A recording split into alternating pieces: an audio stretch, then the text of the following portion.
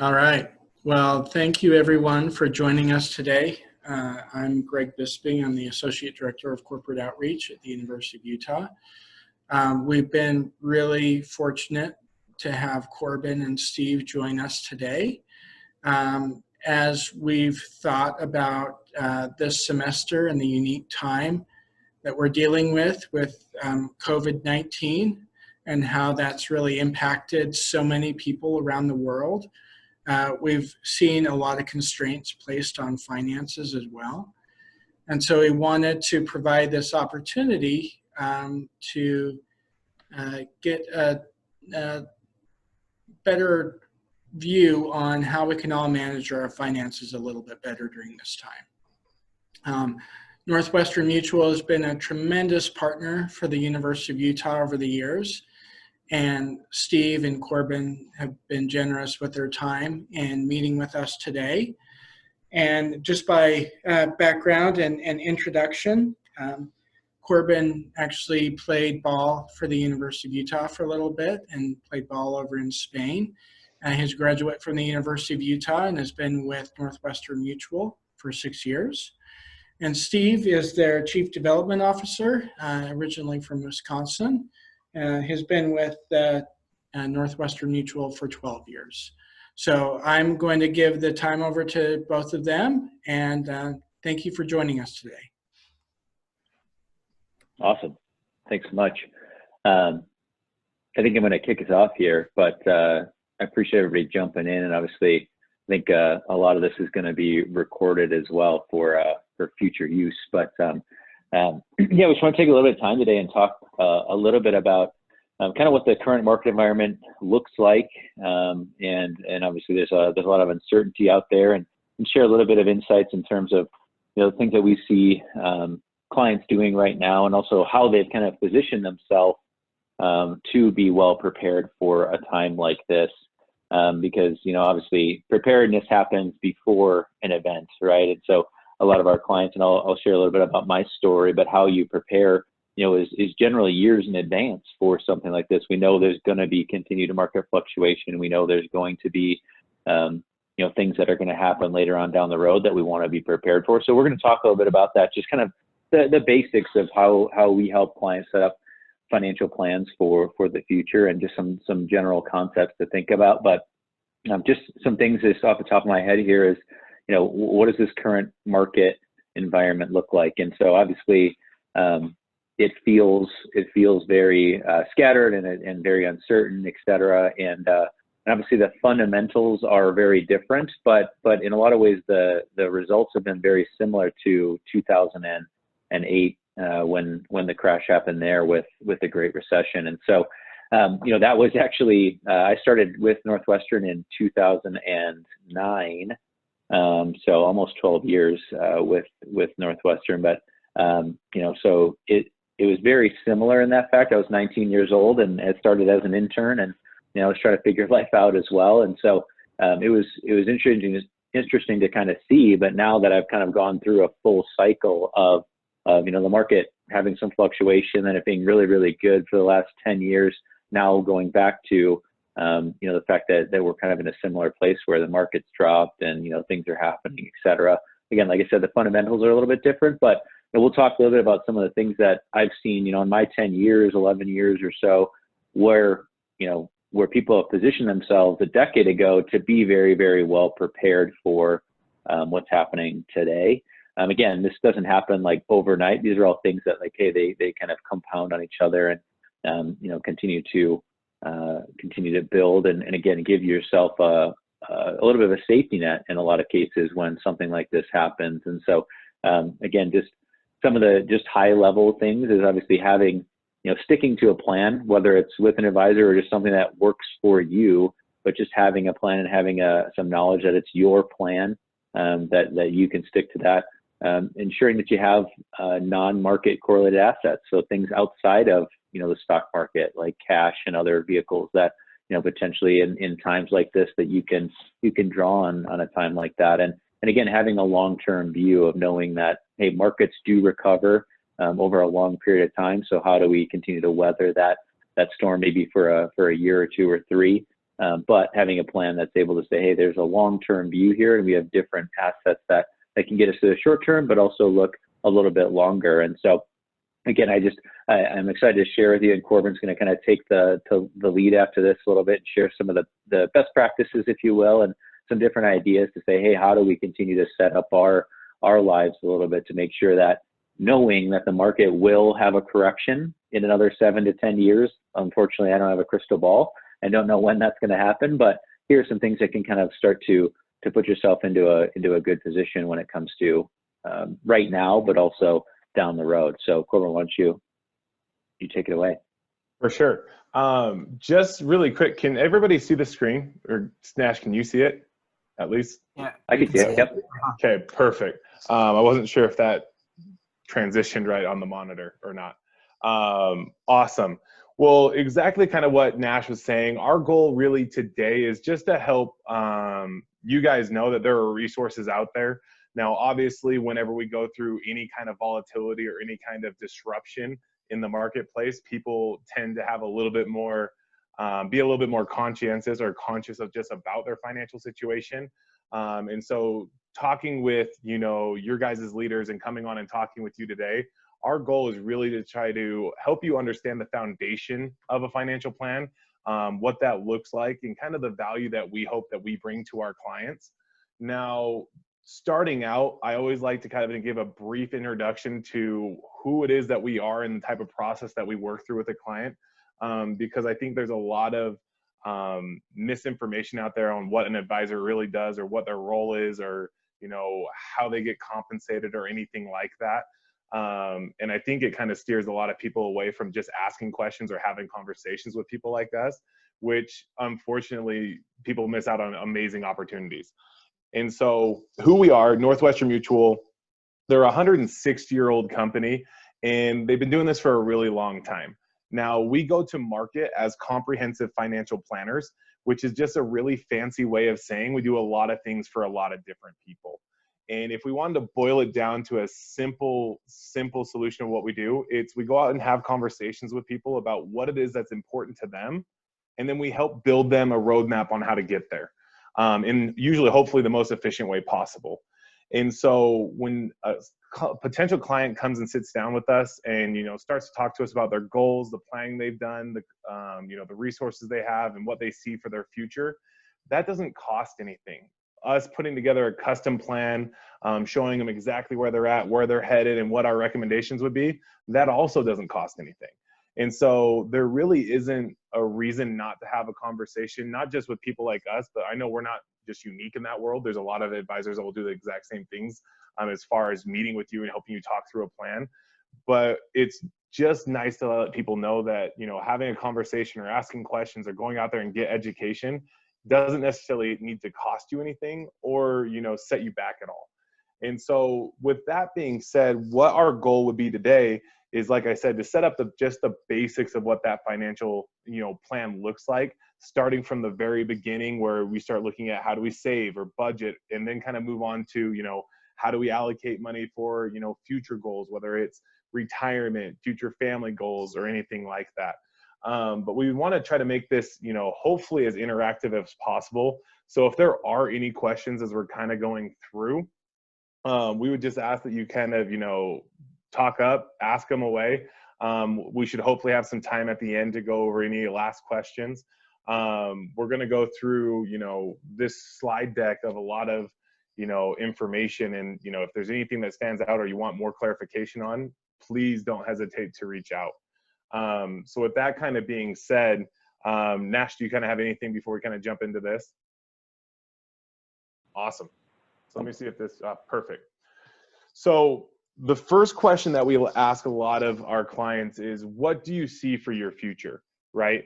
Now, I want you guys just to take a quick second and, as you're looking at your guys' selves, whether it's professionally, personally, financially, I'm a big believer as a financial advisor that, writing down goals or setting goals for yourself, whether they're financial goals, personal goals, professional goals, having them written down, sharing them with other people, having other people keep you accountable, that's what helps you achieve these goals.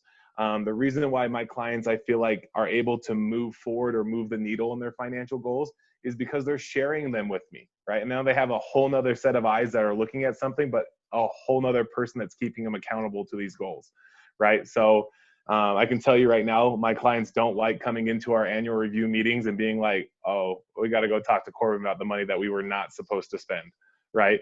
And it just kind of lets people know that there's another set of accountability out there. So as you start looking at your future, as you start looking at financial literacy, as you start looking at all these goals, I would highly recommend that you start writing stuff down if you don't already, and reading those things all the time. Something that I have done for me personally that I think is an amazing tool is writing down what you want your most amazing future to look like. So whether that's a short-term plan, 6 months, 3 months, or it's more long-term to where it's a year, 5 years, 10 years down the road, write down what you see yourself being or going over the next 10 years and read that every day for motivation and energy. So we start with this because what do you see for your future? You know, start thinking about that now, because there's no better time to start, especially in finance. You're going to hear this a lot. Smaller and sooner is always going to be better than bigger and later. And so having that picture painted early on is really going to help set the stage for the things that are, you know, possible. The next thing that we're going to kind of go through is, hopefully you guys have at least like a pen or a piece of paper or something that you can kind of take notes on. We have a financial fitness worksheet that we go through with a lot of our, you know, incoming advisors, potential interns, even potential clients.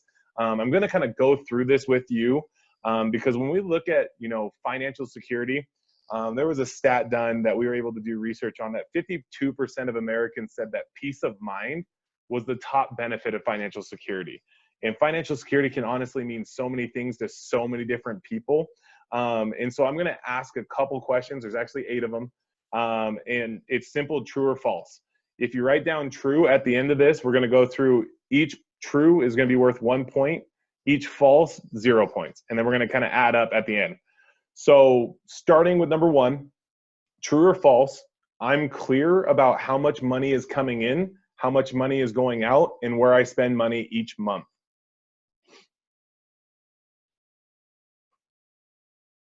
Okay, number 2, true or false, if I become ill or injured and couldn't work, I know exactly how much my workplace disability income insurance would be paying and for how long. Number 3, true or false, if my car needed $1,000 in repairs or my dog needed an emergency surgery, I have the savings to cover those unexpected expenses. Number 4, I know how much I need to save for retirement. Number 5, I know how much credit card debt I have and how much each month how much each month I pay in interest. Number 6, I know the difference between term and permanent whole life insurance. Number 7, I know my credit score. Number 8, I know what I want for my future and have written down a financial plan, or have a written financial plan outlining what it will take to make it happen. Okay, so obviously we don't have your guys' answers in front of us, so you're gonna have to kind of just look at them yourselves. But what we see here is if you scored 7 to 8 points, you have an extremely high degree of financial security and a well-being, and you are financially fit. 4 to 6, you're on the right path to being financially fit. You have made some wise choices and could benefit from making some additional smart money moves. 0 to 3, you're a good candidate to take some initial steps to start becoming financially fit, right? The reason why those questions are so impactful is because they're not that complicated, but having an understanding of those answers dramatically impacts your ability and knowledge towards what the next steps in your financial security might be. So, you know, that's one of the places that we start, just because I think it's pretty eye-opening to a lot of people that, you know, they get caught up in everyday world.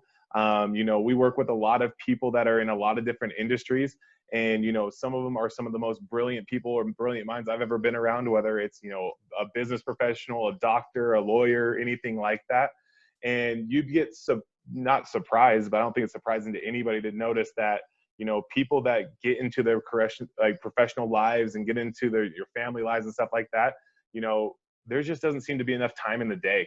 And a lot of these things just go unknown, right? I've sat down with, like I said, some very successful doctors that had no idea, how their credit score worked or how it got impacted or what it was, right? And so it's really just an important step to kind of start going through all those different things. Awesome. So this is basically the 5 key actions, the things that we're going to kind of talk about today. We're going to go a little bit in depth into each one of these sections. So the first one being save, second one being spend, third one being grow, fourth one being protect, fifth one being give. We know that these 5 things all working together in harmony kind of set up that financial security blanket that kind of protects you, or we call it bulletproofing, to where nothing that can happen in life can derail you from what you're trying to achieve. So, starting with this, I'm going to ask Steve really quick. Do you have anything, up to this point that, you thought we've been missing or need to add, or as we kind of jump into each category? Other than just saying, hey, I think our view at our firm, and obviously I think a lot of people think this too, but I think a comprehensive plan really encompasses if you live, if you die, or if you become sick or hurt and can't work, right? And we talked a little bit about that, but it should, the plan is only complete if it works in every scenario. And I think that's obviously what we're going to get into a lot today is, there's a lot of things that can happen, good and maybe not so good, within your financial life, either physically, financially, personally, professionally, all those things. And so, again, a complete financial plan encompasses all of that and makes sure that no matter what happens, again, if things work out exactly the way that we hope that they do, or maybe they don't, we have flexibility within the plan to make sure that all of that is taken care of. Awesome. Okay, perfect. So I just want to pull up that chat. So if you guys have questions or anything like that, I pulled it up on the side so you guys can ask away. So starting with, the first one, save. I think this is the easiest place to start because this kind of impacts your ability to start contributing towards a bunch of different things. And so, building up savings today to cover life's goals and surprises and help you afford a comfortable life for tomorrow. There's a lot of philosophies out there. There's a lot of different numbers that people have tied to this. I usually ask my clients in the very first meeting that we get together, how much do you think you need to be saving each month in order to achieve your financial goals? And, like I said, those numbers vary. They range based upon, philosophies and beliefs and things like that. A number that we tell our clients is you should be saving 20% of your income each month. Now, is that realistic for a lot of people right in the beginning to start with 20%? Probably not. And we know that. It's really hard for somebody to go from not saving anything to 20% overnight. But this should be the goal that people strive to hit. So whether we start with saving, 1% of your income and start generally growing that up, obviously, it might take some time, but, we know mathematically speaking that if you can get to a place where you're saving 20% of your income for the majority of your life, you're going to be able to hit some of these financial goals and hit retirement goals and things like that. And so, that's kind of a rule of thumb. So if we're saying just basic ideas here in things that you should be looking at and keeping track of, a personal goal that would be really relevant for a lot of people is to start towards that goal of saving 20% of their income. Now, that's going to encapsulate a lot of other things. A lot of people working for employers, they have things like a 401k where, they're putting away 3% and it's getting matched 3%. So that's 6% of their income right there, right? And so there are going to be things that you're doing along the way. It's not just, money that hits your paycheck or hit your bank account that you need to be saving 20% of that. Awesome. The next question is emergency fund, right? So I think it was the second or third question on that financial literacy or financial fitness worksheet is who here, if they were to have to cover an unexpected car expense or a unexpected vet bill or just an unexpected emergency, have the funds put away to cover that, need. And there's always a lot of debate on, how much should I be carrying in an emergency fund? What should be that goal? What should I strive for? And generally speaking, we coach our clients to keeping anywhere from 3 to 6 months worth of expenses in their saving or emergency fund at all times. Now, like I said, 3 months might be, you know, that initial get to point. And once you get to 3 points, you might be able to start allocating a little bit of that savings towards, you know, more long-term focused goals or investing. And as you slowly grow it up to 6 months, but we know anywhere from 3 to 6 months worth of expenses puts you in a really strong position to weather pretty much any storm. So whether that's a long-term disability, you know, where a lot of people have benefits available through work or supplemental coverages, and a lot of those don't kick in for, you know, 30, 60, 90 days. That kind of weathers that storm until you get to start qualifying for benefits, whether it's an emergency event that happens right away. We know that, you know, there's a stat here for a second. But 3 to 6 months is going to be able to cover that need for a lot of those things. And another thing that we point out with that 3 to 6 months rule is a lot of people, especially when we go through something like now where, you know, people are getting laid off or people are not working, that buffer should give you a good opportunity, not just to have to go back to work for it and do anything, but hopefully go back and get a job that you're qualified for and that you want to be doing. It should allow you to have a little bit of a runway there to be able to say, you know what, you know, don't just have to get the first job available to me. I can go out there and get that next job. So really quick, I don't think this should shock a lot of people, but obviously there's a lot of crazy financial stats out there that are kind of, you know, wild to me, that 50% or half of all Americans couldn't cover an unexpected $400 expense without using a credit card or borrowing money, which can cost you even more in interest, which I think, you know, that's the scary things and the slippery slope that comes with a lot of, you know, credit cards and loans and things like that, people using or going to those first and not generally seeing how the impact that it's going to have. And so, like I said, keeping an equivalent of up to 6 months living expenses in an account that can be easily accessible. Steve, anything you want to add on the emergency fund or 20% rule?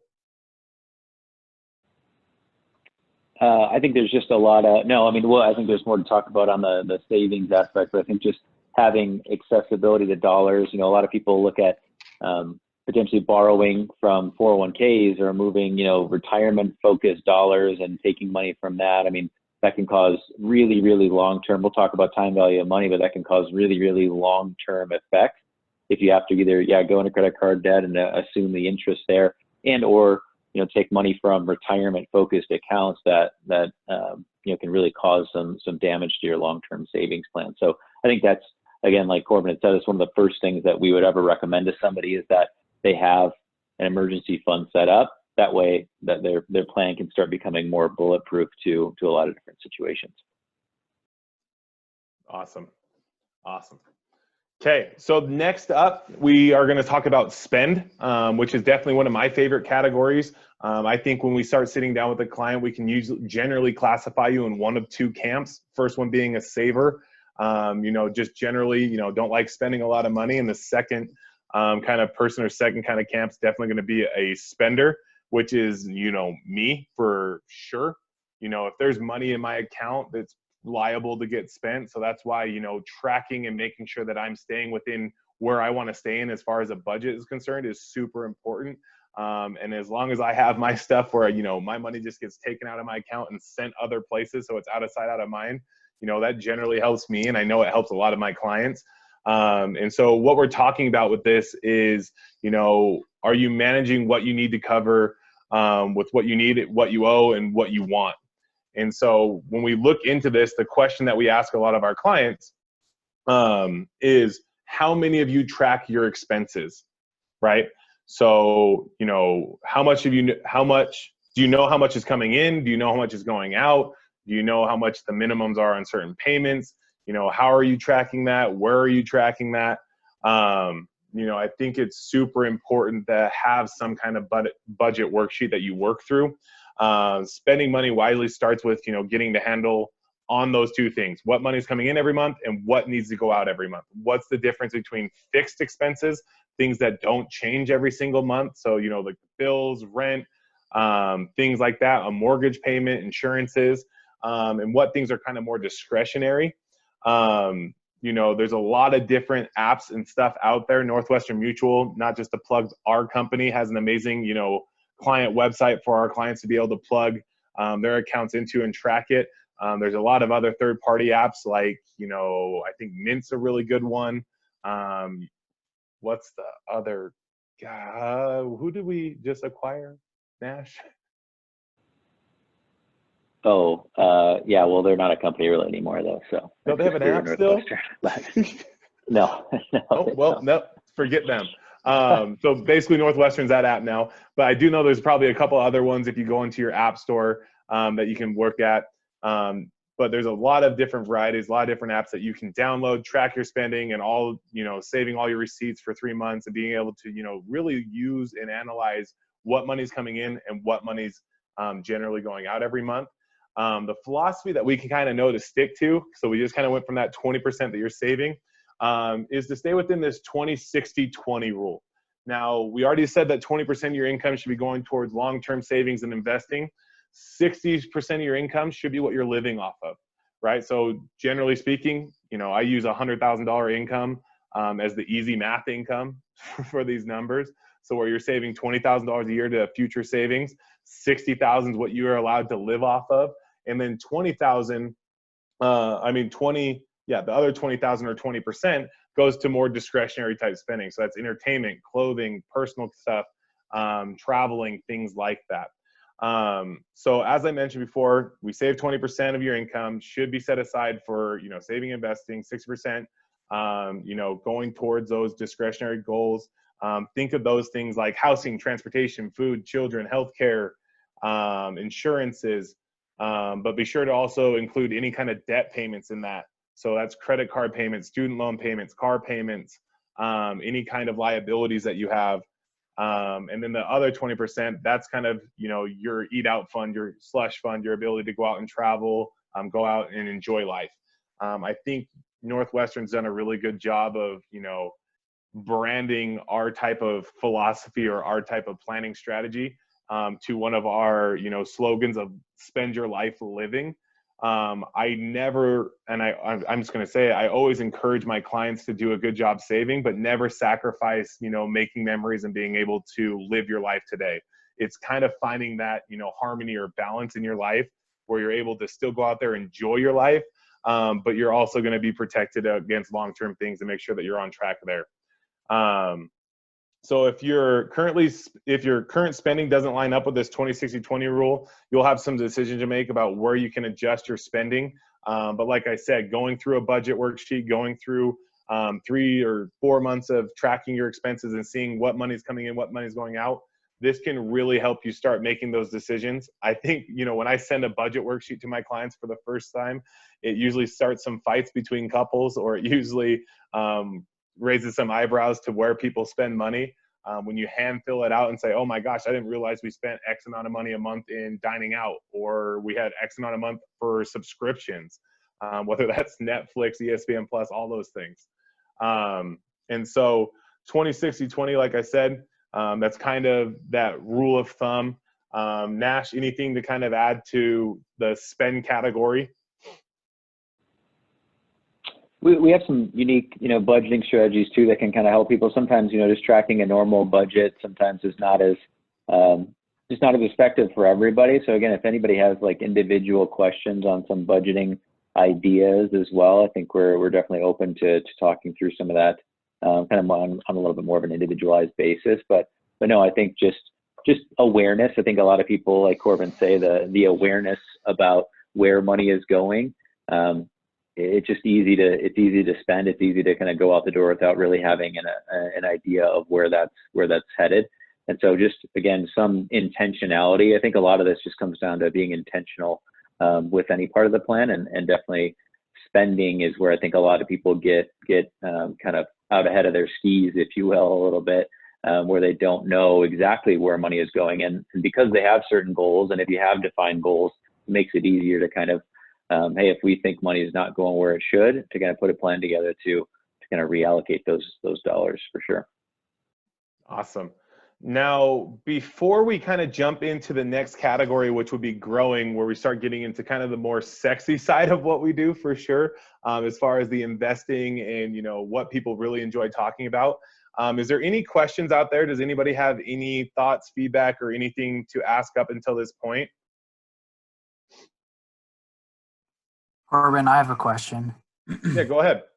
And you know, you might talk about this later too, but like I hear a lot of personal finance stuff, and I love like talking about it and whatnot. But something that really stuck out to me when you're asking those questions is like a written financial plan. And like I was just wondering, like, maybe what recommendations would you have for like putting that plan together as an individual?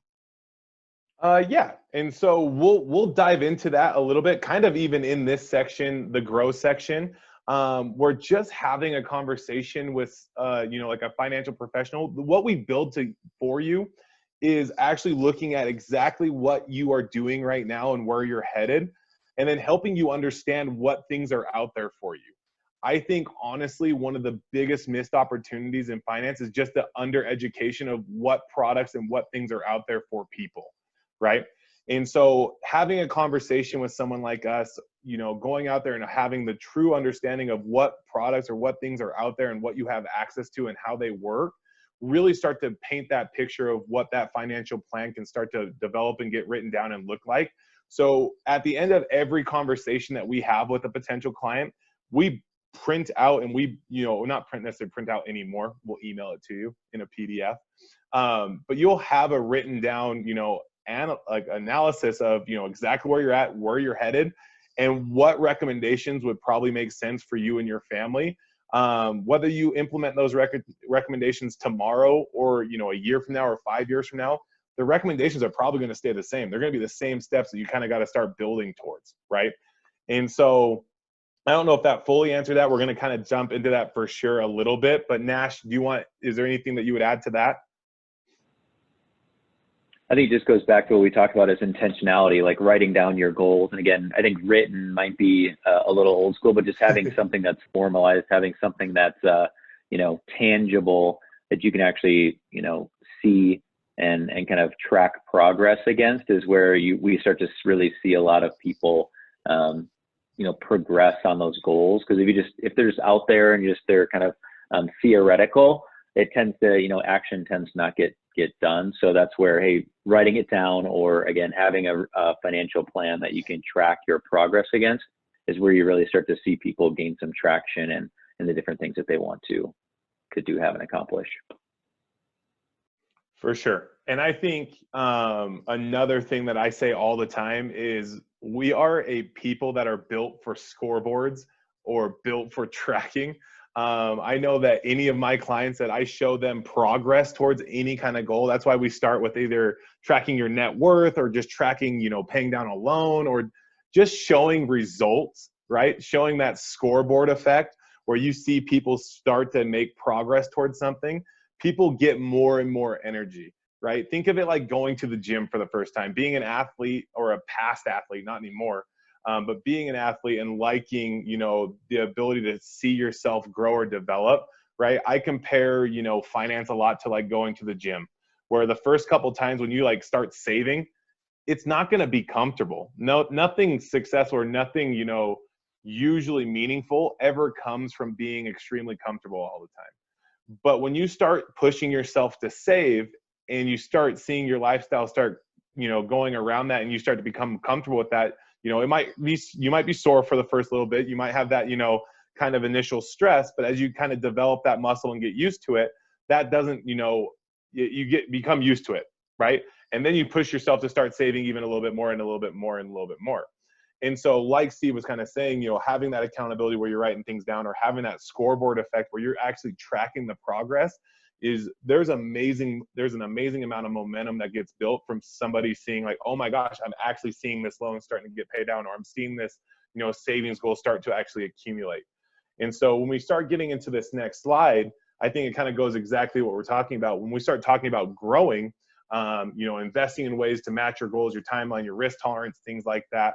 The biggest thing that we stress with people, and I know we said this early on, is, you know, a small amount early on is going to have a bigger impact than a bigger amount later, right? And this is one of the craziest things that we talk about with people. And I think a lot of people understand this, or they might have seen something like this, but compounding interest is literally one of the, you know, biggest wonders in the world. I didn't even know what I was trying to say there, but, you know, it's one of those things that, you know, if you give something time, you're going to see these results. So what this is pretty much saying is, you know, money at 65, you started saving $100 a month, right? So a 25-year-old that just started saving $100 a month, and he just did that from now until 65 over the next 40 years, taking a conservative 6% annual return, he'd have about $20,000, $200,000, sorry, in his account by the time he got to 65. A 35-year-old, so just starting 10 years later, you're losing out on about half of that, you know. And then if you look at, you know, a 45-year-old starting, you're almost a quarter of what that 25-year-old is. And the crazy thing, this doesn't necessarily break it down, you know, into those terms, but if you think about, you know, what you actually contributed and what part of that's actually interest, it's mind-boggling, right? It's quick math where we say, you know, you're putting $1,200 a year for basically 40 years, you know, a little bit over 40 grand, you know, maybe 60 grand when it's all said and done is what you contributed. And you have $140,000 of interest income that just came off of that money, right? You really start to see, you know, your money start to work for you. This next slide that we kind of go into is going to start really going even more in depth on what the time value of money looks like. So jumping over here. So what we're looking at here, and this is absolutely crazy if you've never seen something like this, and feel free to ask any questions if you don't understand truly what's going on. So what we're looking at is the time value of money. If you wait until you can afford to pay yourself, you are not taking advantage of the most valuable asset, which is time, right? So one thing that we can never get back. So what you're looking at here is a 25-year-old who invests $5,000 a year for 10 years. And then you have somebody that waits to save until 35, but invests invest $5,000 basically, what is that, 25 years. So you look here, this person has invested $55,000 over that 10-year period of his own money, and he has a final investment value of $615,000, right? This next, or person B, right, total invested $130,000 with a final investment value of $430,000, which is still no, you know, just drop of change in a bucket, still, you know, a wealthy individual. But you can just see how much easier it was if you gave time the ability to do its thing. So looking at time value of money, there is no better time to start than now, even if it's, you know, $20 a month or $25 a month. Now, obviously, you're going to have to increase that over time. But if you can start developing that muscle from an early age, time is going to be on your side and start helping you do some of these compounding things. Nash, anything you want to add to time value of money? I just think it was lucky timing for me, again, getting into this business at such a young age and being able to kind of build some of these habits. But again, you know, looking at from when I was 19 till now, knowing that, hey, if I started what I did when I did, I can have a pretty solid financial plan by my early 30s, you know, and just by doing little bits at a time and just starting as early as I did. I think that's where the opportunity comes, is just like Corbin said, it's building the habit. It's about doing something. It's about, you know, again, everything that we talk about is all scalable, right? So you can increase it, you can decrease it, et cetera, but it's about the habit of just doing and taking the first step. And so I think that's where there's a huge opportunity for, again, whatever it is, to kind of continue to think about, how do I just at least take the first step and do a little bit today, and that's just going to pay dividends later.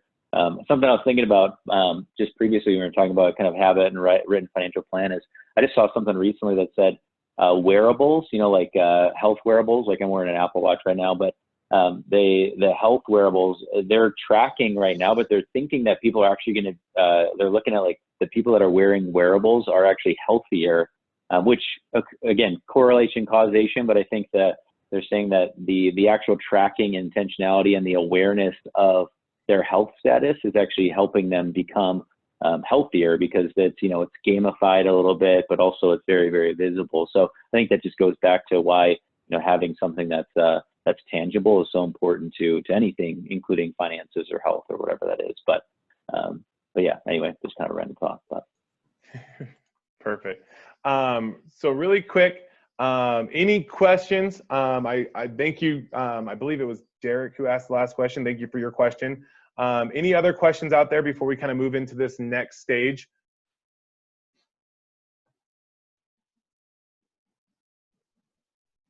Okay. Well, feel free to keep thinking about them. Perfect. The next stage of a financial plan is when we start talking about protect.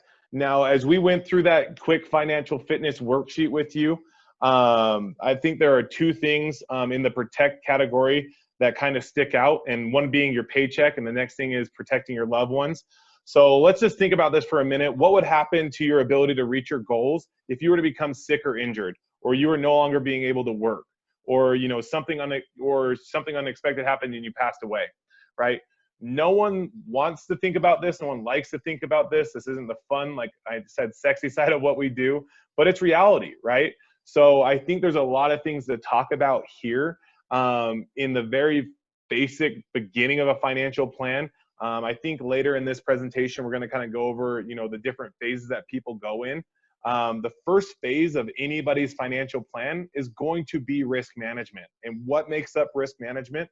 Are you living within your means? So we started talking about a budget, what money's coming in, what money's going out. The second one is, are you paying off any debts, and do you have a strategy to pay off those debts as soon as possible?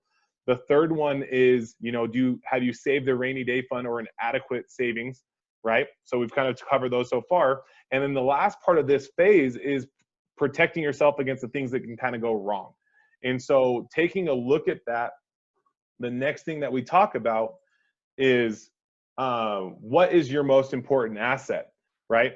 And, what do you think that asset is, right? If you had to think in your mind right now, what is the biggest asset that you think you're going to have throughout your life? Is it, vehicles? What do you think your dream car costs? Think about it right now. I think mine is a Lamborghini SUV. I think it's like $140,000. Ultimate dream car. Next one, home. How expensive do you think your most expensive home will be, right? Okay. Next one, financial portfolio. What do you think your net worth will be, right? And we start thinking about, is your most important asset throughout your life going to be like your retirement accounts, like your 401ks, your IRAs, your things like that. How will you afford all these things? How will you afford to protect them, right? So I don't know. Whoa, that seems really big. I don't know if that just filled your guys' screen, but it just filled my screen. Usually I don't feel like looks like this big. So sorry. But what this is going to show you is your income, your ability to go out there and work, your ability, to go earn a paycheck is actually your most important asset, right? This right here is just showing you a 20-year-old that goes out there and makes $30,000 a year for their entire career will bring in about $1.4 million of income throughout their lifetime. If that 20-year-old was making $50,000, you can kind of see how those numbers jump. If you're 24 years old and you're making $100,000 a year, you're going to be making about $4 million of income throughout your life. And so what our goal is as a financial advisor is to help you capture some of that income throughout your lifetime to save and invest for your future goals. But also it's our job to help protect your ability to make that income for your entire career, right? So what does that look like? Now, the first thing that we talk about with a lot of our clients is life insurance, right? There's a lot of, I think, misconception with life insurances out there. I want to ask just a really quick question. Besides the whole, what if you weren't there to financially support your family? A lot of people just don't know that life insurance can be an extremely affordable solution to ultimately protect your family very easily. So if I was to say, if we were to put $1 million life insurance policy on a young, healthy individual, does anybody want to take a guess at how much that probably costs per month? Be bold, be confident. Somebody throw out a number. I don't know, like 100,000. Okay. Anybody else? Thank you, Diana. Yeah, you're welcome. I don't want to just start calling on names. I'd say like $300. Okay, awesome. Actually, it's about 40 to 45 bucks a month. It's extremely affordable, right? So pretty much, I mean, that's the basic of insurance. I know one of those questions on the fitness worksheet was, know the difference between term and whole life. Term insurance is a lot like renting a house, right? So as long as you pay the premium, you have coverage, right? And, as long as you pay that $40 a month, if something were to happen to you, there's going to be a benefit of, that death benefit's going to be left behind to your family. If you stop paying into it, that benefit's going to go away. But it's absolutely shocking to me how many people are out there that have, people that they're looking out for, whether it's, parents or kids or, somebody else, grandparents even, that, kind of rely on them. And, they don't have any kind of insurance or don't have the right amount of insurance. So one of the first steps that we talk about with a lot of our potential clients is trying to get them to understand, not just to have insurance for insurance sake. No one wants to be underinsured. No one wants to be overinsured. But let's start figuring out what that number is for you and your family. And a good place to start, a good rule of thumb, is we usually like life insurance to try to cover 3 things. And then there's going to be a couple things I'm going to add to this and kind of see what Nash's thoughts are. But the first thing is any kind of debts, right? So the first thing that your benefit should go to cover is any kind of debt. So if you have, student loans, credit cards, auto loans, a mortgage, I would even throw final expenses like a funeral in there. Those things should be covered in the first portion of your benefit. The second part of your benefit that a lot of our clients try to get covered is college education for their kids. So obviously people have different philosophies on that. Some people want, the 100% mom and dad scholarship available. Some people just want to have, tuition paid for, and some people just want to have a few extra dollars to throw their kids for college. So that one's kind of, user dependent. The third one is lifestyle replacement or income replacement. And so this is where a lot of benefit actually gets, a majority of the benefit gets taken up is, say there's a husband and a wife, and, one of them goes out and is no longer coming home at the end of the night. How do we replace that person's income? And for how long do we want that income to come in to give the surviving spouse a long enough runway to figure out what the next steps are for that family, right? So some people believe in, getting that runway until the kids are out of the house. Some people like that income to be coming in for the lifetime of that other spouse. So we have that conversation with you. But by adding those 3 things up together, you should start to have a better understanding of what your insurance number is. And then the second thing that I like to say with that, especially with younger clients, is you never buy life insurance for necessarily what you need today. And what I mean by that is it's never going to be cheaper or more affordable than the younger, when you apply, the younger you are.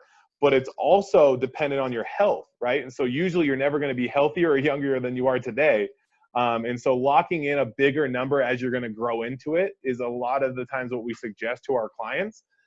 Just kind of starting to think, I'm going to be able to start growing my family and grow into this number, and I can lock in a smaller premium for a longer period of time by having that kind of foresight for where I'm going.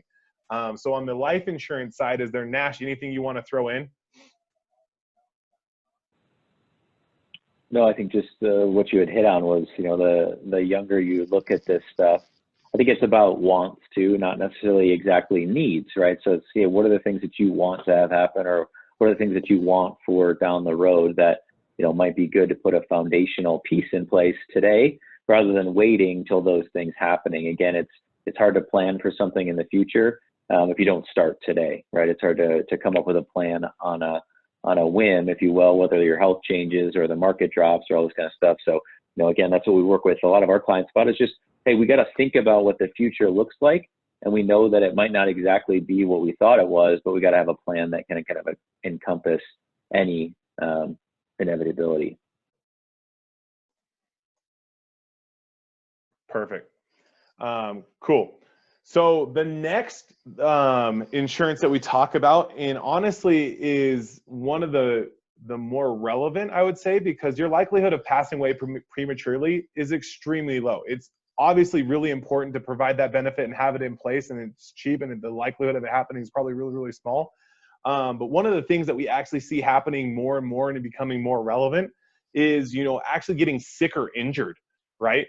So disability insurance is actually one of the first insurances that we talk about with a lot of our potential clients, simply for the reason is it's basically paycheck protection or income protection, right? So, I talk to my clients and say, hey, we could set up a perfect financial plan today. We could have, you on track for all your goals. You're going to be able to have that house, that retirement, college education for your kids. But if something happens to your income, all of that goes away, right? And so a poll question that I would ask a lot of you, and it might not be super relevant yet, but as you start getting into your employers, is how many have a group disability income insurance benefit, right? And of the people that have a benefit, do you know how much of a benefit it is, how long that benefit will pay out to, and how it kind of works, right? These are all things that you're going to kind of want to become familiar with as these benefits become, available to you. A majority of disabilities can be caused by a bunch of different things, right? Where, I think a lot of people hear the word disability and they think wheelchair, never working again, thinking the absolute worst, when honestly the average disability lasts 2.2 years. So it's not saying you're going to become disabled and never work again. This is saying the average disability being 2 years long means that you're not going to work for 2 years, right? So you're going to be going back to work and building a career and going back to that, but something happened or caused you to not be able to work. So whether it's back problems, pregnancy complications, heart or stroke, a cancer diagnosis, there's literally a ton of different things that can qualify you under a disability. And a majority of them are not, injury related. A lot of them aren't, you got in a car accident or you ran into a tree skiing. A lot of them are actually due to any kind of, mental or physical sicknesses or things that you might go through. And so the next thing that we kind of go through with this is usually it's very common for an employer to provide a 60% benefit. And some of the educations that we talk about with that is that 60% benefit, depending on who's paying the premium between the employer or, the employee, a lot of those benefits are coming to their employees taxable. So, where we sit down with a lot of our clients are like, what, if something happens to me, my company's going to be paying me 60 grand a year, or that's $100,000 income, but they're going to be paying me 60%, right? And the question I ask a lot of people is, can you survive? Can you, be able to live the life you want to live off the 60% of your income? And, sometimes people say yes, a lot of times people say no. The one thing that I point out though is, can most families, especially dual income families, probably survive with, 60% of their income? Probably. They might be able to survive. They might be able to tread water. It's probably going to become super stressful and things are going to become super tight. You're probably going to have to move some things around to make sure that you're living a lifestyle that's kind of cut back. But you're no longer making progress towards goals. You're no longer paying off those loans as quickly as you were. You're no longer saving for retirement. You're no longer, saving the rainy day fund if it's not getting wiped out. A lot of people think their expenses are going to be able to be controlled and go down during a disability, when the truth is a lot of people's expenses are actually on the rise during a disability. You get the influx of, you might not be going out to dinner as much, but you're going to be adding a whole new level of medical bills and things like that usually come with a disability. Another thing to point out with a 60% group benefit, like I said, is a lot of the times that's taxable, right? So it's not even truly that you're going to get 60%. You might be sitting back getting, 40%, 45%. Right? Which makes that question again, can you survive off of 40 to 45% of your income? So a lot of things that we look at and do to help our clients out with that is to supplement whatever they have through their group with additional or private insurance planning, right? And just like the life insurance, there's a lot of ways out there that you can bump this number back up from 40% back up to 80, 85, 90% of your income. Unfortunately, we'll never be able to 100% cover your income, because then there's no incentive for anybody to ever want to go back to work. I wish that was the case. And if so, I'd probably take a slip down the stairs as I was walking out every winter. But we look at how do we bump that coverage back up so that rain or shine, no matter what happens, we're able to continue moving the ball forward towards our financial goals. So, you know, whether it's retirement, that rainy day fund, paying off loans, we're able to continue functioning and moving that plan forward no matter what kind of happens. Nash, anything you want to throw in on the life or disability side as we kind of look at, you know, protecting? Other than just kind of what I talked about before with we want to make sure this plan works if you live and you get all the way to and through retirement and everything goes exactly according to plan. But also we want to look at, hey, what's the alternative, right? What's the cost of not doing something and not protecting if you lose your income? Your income is the engine that drives the entire financial plan. And we talked about, obviously, the numbers got pretty large, like Corbin was sharing of, hey, that's your most important asset. But, you know, one of the advisors I worked with a while ago used to always say, if you had a goose that laid golden eggs, what do you protect? You protect that goose or you protect the eggs? Like, of course you would protect the goose, right? I mean, that's the thing spitting out golden eggs. So I think that's where, you know, you're the golden goose that is again, the engine that drives the entire financial plan. So whether that's, you know, you become sick or hurt or pass away, we want to make sure that that financial plan, whether it's for your family or for you and your family, is still unaffected by something happening. Awesome. Okay, so last category, last question that I'm going to kind of ask for you to think about for a second is, you know, when you have the time and money to share, what are the things that, or the things in life or the causes that matter the most to you, right? So this is moving into that kind of legacy type planning, the give section of what we do, right? Because it's not always about, you know, you and what you can accomplish in life. A lot of our clients have this bigger picture for what they want to provide, not necessarily just their next generation and their family, but a lot of them have causes that they care about throughout their life that they want to, you know, be able to make a difference and be in a position to help out, right? So that next section, give, to support these causes, these important causes, you need to make sure you have money available to give, right? When you have your own financial life in order, it's easier to support the others in need.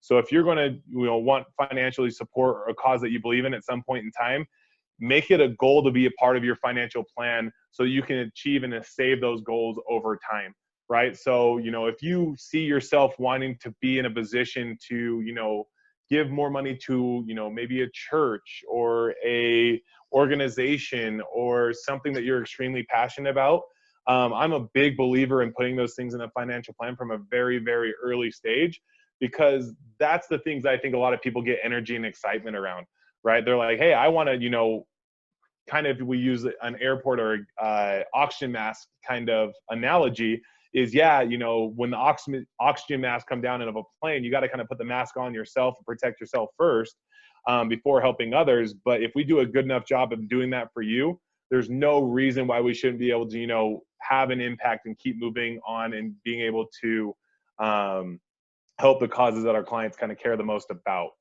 And so moving into kind of a quick review, you know, the 5 key actions, you know, reviewing really quick. So saving, right? Putting yourself in a position where you're saving 20% of your income. The next one, spending, living in that 20-60-20 rule, making sure that, you know what money's coming in, what money's going out, having a really good budget and philosophy on savings. Growing, making sure that you start earlier rather than later. Even if it's small, it will have a dramatic impact, right? Having a financial plan or having a goal sheet that you kind of work off of and look at to kind of make this relevant. The 4th one, protect, making sure that you can kind of protect against those things that can go wrong in life. I think the biggest thing to point out there is it doesn't cost a lot of money to protect the things that are most important to you. And then the last one, give, right? And so any questions, as you know, in any one of those categories that anybody wants to ask really quick?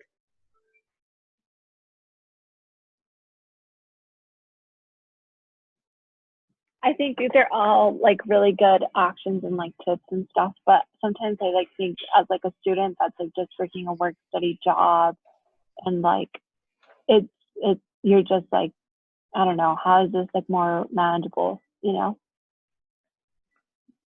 Yeah, Nash, do you want to dive in? Yeah, I think like we had kind of talked about, all this is scalable. So, you know, it's not that we're going to accomplish every single one of these things, you know, from day one, but hey, are we managing our budget appropriately? Do we have at least somewhat of an emergency fund? I think a lot of the things we talked about are somewhat ideal states, right? That you know, if everything was working in perfect harmony, these 5 things would all be very capable to do, and everything is very able to do. But if I really had to focus on, you know, right now is in somebody in that type of scenario, to say like, hey, is my budget, you know, exactly where it needs to be, and do I have an emergency fund that again I could dip into, so I don't have to go into credit debt or other things like that, or take other loans, etc. So I mean, again, it's just it's building blocks, if you will, to say, hey, these are kind of 1 and 2. Like if I can at least accomplish those things, like I'm in a good spot. Once I have the ability to save a little bit more, again, everybody's situation is a little bit different, and that's why our planning is so personalized, is because every situation is different, and we kind of use this as building blocks to say, hey, these are the things that we need to take care of first, to make sure that, you know, again, in those eventualities, or those possibilities, I should say, we have some money saved up, and our budget is in a spot where, you know, again, we're not overspending our means necessarily as much as we can control. I don't know if that helps. It did. That's great. Thank you. Anything else? Any other questions?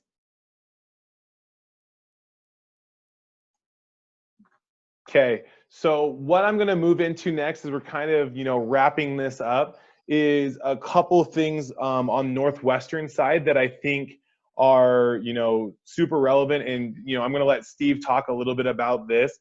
So as Steve was mentioned at the very beginning, he is our Chief Development Officer. So he helps us, you know, as on the advisor or internship side. I know you guys saw that at the very beginning. You know, when we start looking at Northwestern Mutual as a whole, or just financial planning as a whole, I think it's really important for each individual client to go out there and do their research, and in meeting with a financial professional, be looking out for a couple of different things on how that company's, you know, set up and what they're all about. I move into this slide right here. Northwestern Mutual, the reason why I was really attracted to, you know, working with them, and why I've been with them over the last 6 years, they're a company that's kind of built on some amazing foundations and building blocks. Now, what I'm saying with that is, you know, Northwestern Mutual is a mutual company, which simply means we're owned by all of our policyholders and clients. And so our company's whole direction in, you know, doing the right thing for our clients, it kind of aligns with who benefits, because our clients are who benefits the most, because they own our company, right? So it's kind of this, you know, harmony circle between, you know, what our clients are wanting, and us advisors doing what's the best thing for our clients, and having the financial security that we have. So I'll let Nash kind of speak to this a little bit as we're kind of wrapping up, where, you know, I think one of the most impactful things that we offer to a lot of young kids or college students is our internship program. Now, I obviously have a big part of that. I am the college unit captain or college unit director for the internship program at the University of Utah, to where we come out and we bring interns into our program. And our sole purpose of our internship program is to provide, one, some work experience, some real life, you know, real world experience for a Fortune 100 company. But it's also to have our interns be able to walk away with a couple different takeaways. One of them being having a really good personal understanding of their personal finances and where they want to go in life. We have a lot of interns that come into our program that learn a lot about finance, that then realize that, hey, this is exactly what I want to do with my finances as they continue to move their career into different things. They know exactly, you know, the foundations that they were able to set and continue to work through in that internship program. So I'm going to let Nash kind of speak to that here in a second. But as I review the whole planning process and kind of, you know, what we take our clients through, right, I kind of mentioned those 3 planning phases. The first phase being risk management, right? Living within your means, paying down debts, saving for a rainy day fund, and protecting yourself. The second phase of anybody's financial plan is going to be wealth accumulation.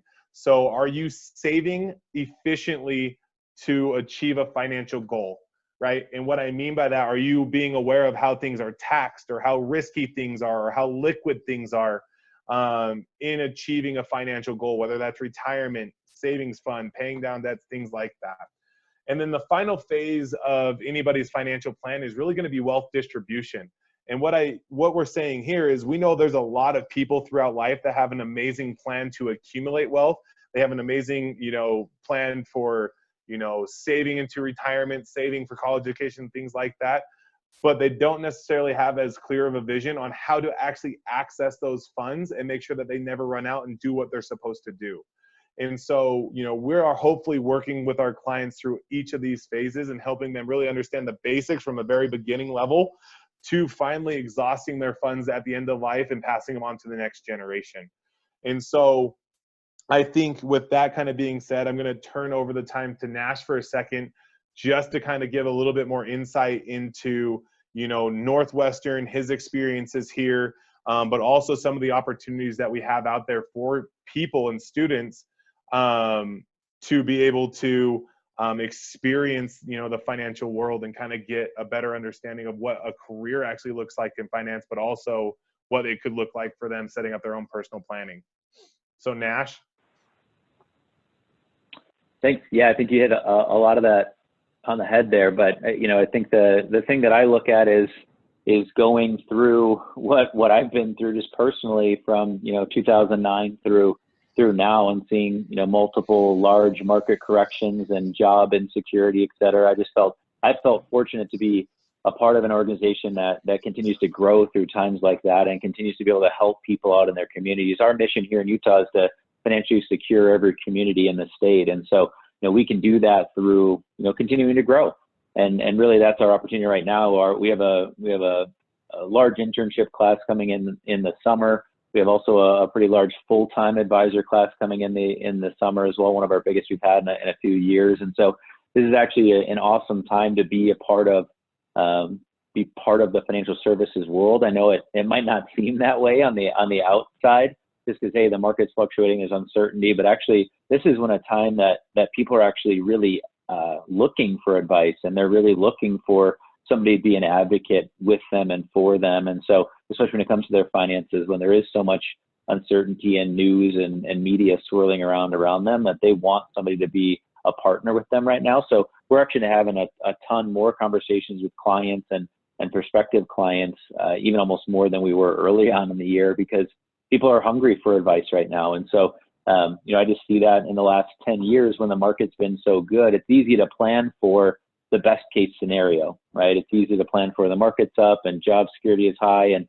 all this kind of stuff. And everybody's kind of doing well. It's easy to create a plan then, but what happens when things turn a little bit differently? And that's, I think, what we're seeing now is the opportunity is to go out and be able to be an advocate for people and be able to help people. And so, it's been exciting to see that we're still hiring, we're still growing, we still have a really exciting opportunity, whether it's for internship or for the internship or for career changers that come over from a different role outside of our firm. So I just, I think it's a really great time to be involved with a company like Northwestern Mutual, and being in an industry like ours that we can really make a big impact. I know we showed a lot of numbers today and a lot of facts and figures, but this really is a people business, and it's really about, hey, if I want to build long-term relationships with people and help them in one of the most important facets of their life, which is their finances, this could be something that some of you may be interested in. And so we'd love to have those conversations. It's not a fit for everybody, but we love having conversations with people and figuring out, just like our process with prospective clients, a process with a prospective intern or advisor is really about discovery and figuring out, hey, what are the things that you want to do, have, and accomplish? Does that align with the opportunity that we have?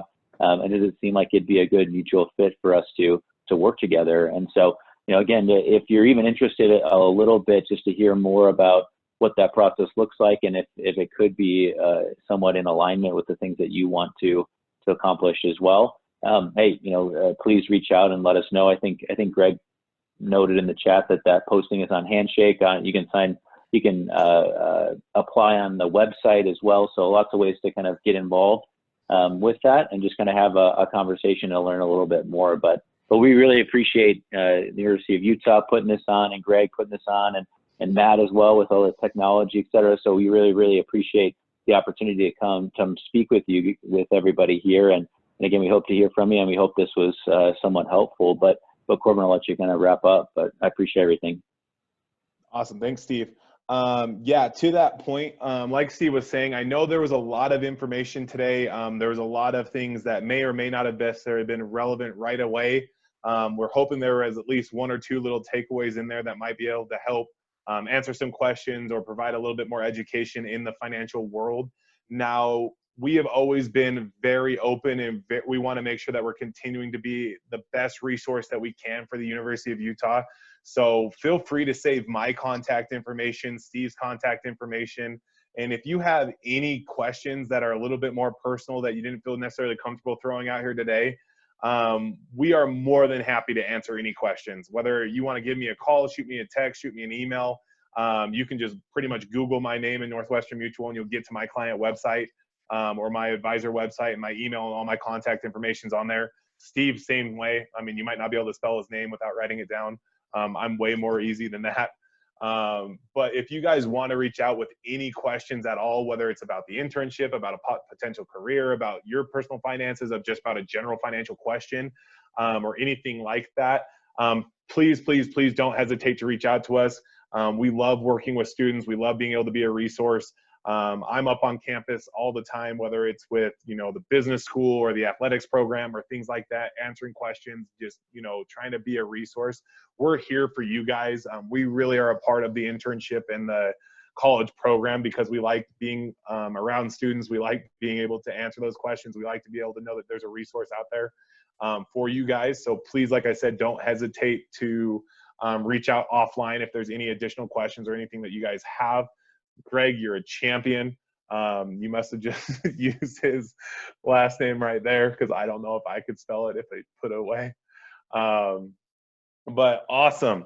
And so if there's no other last questions, guys, I really do appreciate you jumping on. Like I said, I hope there was maybe one or two little takeaways or education bits that you could walk away with. We really enjoy, spending time up at the U with any of this stuff. So Greg, Matt, thank you so much for having us. But if there's no other questions, we'll let you guys kind of get on to your day. I know you guys have finals going on this week. So good luck with those. Enjoy the weekend coming up. I think we're gonna have some beautiful weather. So, if this quarantine's not driving you crazy yet, get outside, enjoy the beautiful weather that we're gonna have. And we appreciate you guys letting us be here today. Thank you, Corbin and Steve. And thank you to everyone who participated. Have a good day. Thank you. Thanks, guys.